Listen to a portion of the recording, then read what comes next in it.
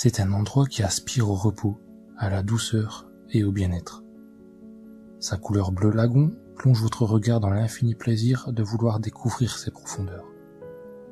Si j'étais vous, je n'y songerais même pas. Cet endroit est magnifique de l'extérieur, mais pourri à l'intérieur. J'y ai caché tous les déchets de la société. Des êtres stupides, dépourvus de toute sensibilité et sentiment humain. Bel endroit, me direz-vous, pour les déposer.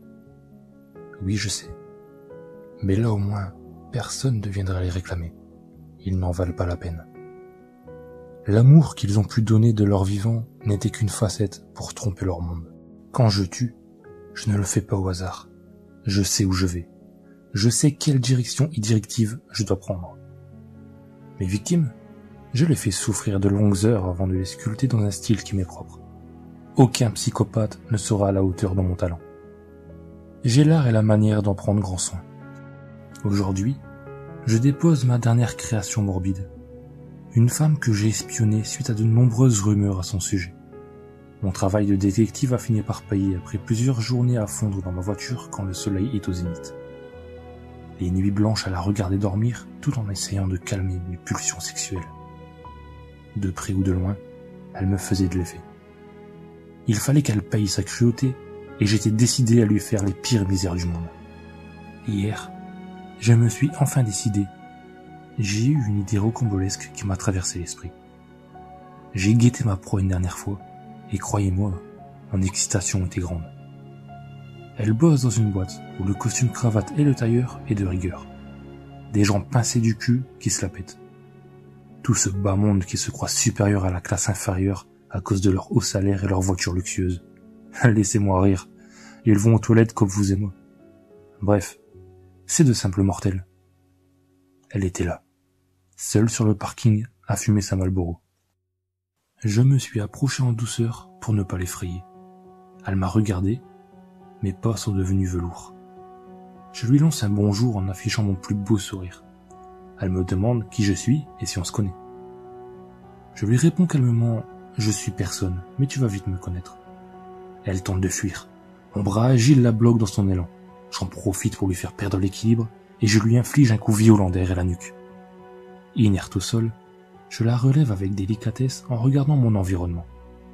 On ne sait jamais, il pourrait y avoir des yeux indiscrets.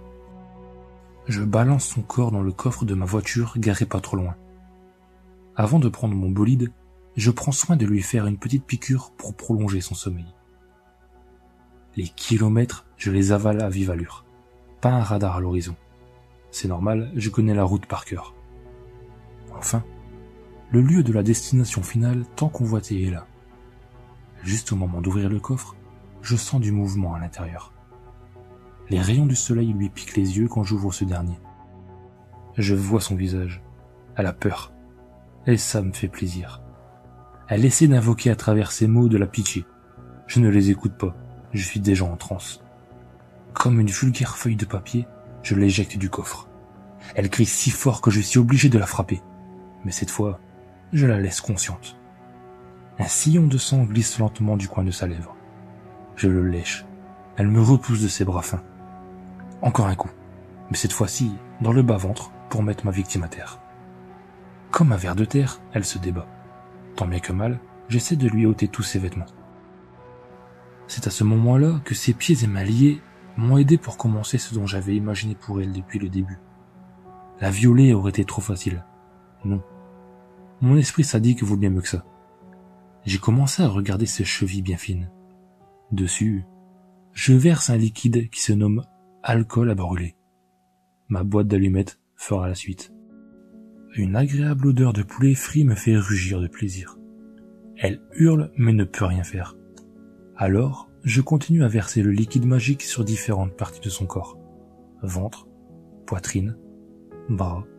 Un à un, j'ai le plaisir de les voir brunir. Son souffle est de plus en plus court. Je m'approche une dernière fois de son visage et c'est là que je m'aperçois qu'elle n'est plus avec moi.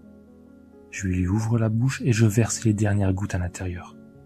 Je me suis mis à caresser l'entrejambe quand j'ai vu son regard bleu ciel partir en fumée. Ma victime est bien sculptée. Il est temps pour elle de rejoindre le lac des âmes. Je dépose délicatement le peu qu'il reste de sa dépouille dans un sac. Je le dépose sur une barque. Je prends la direction du bleu lagon. Les crevettes et autres habitants de ces lieux profonds se chargeront du reste.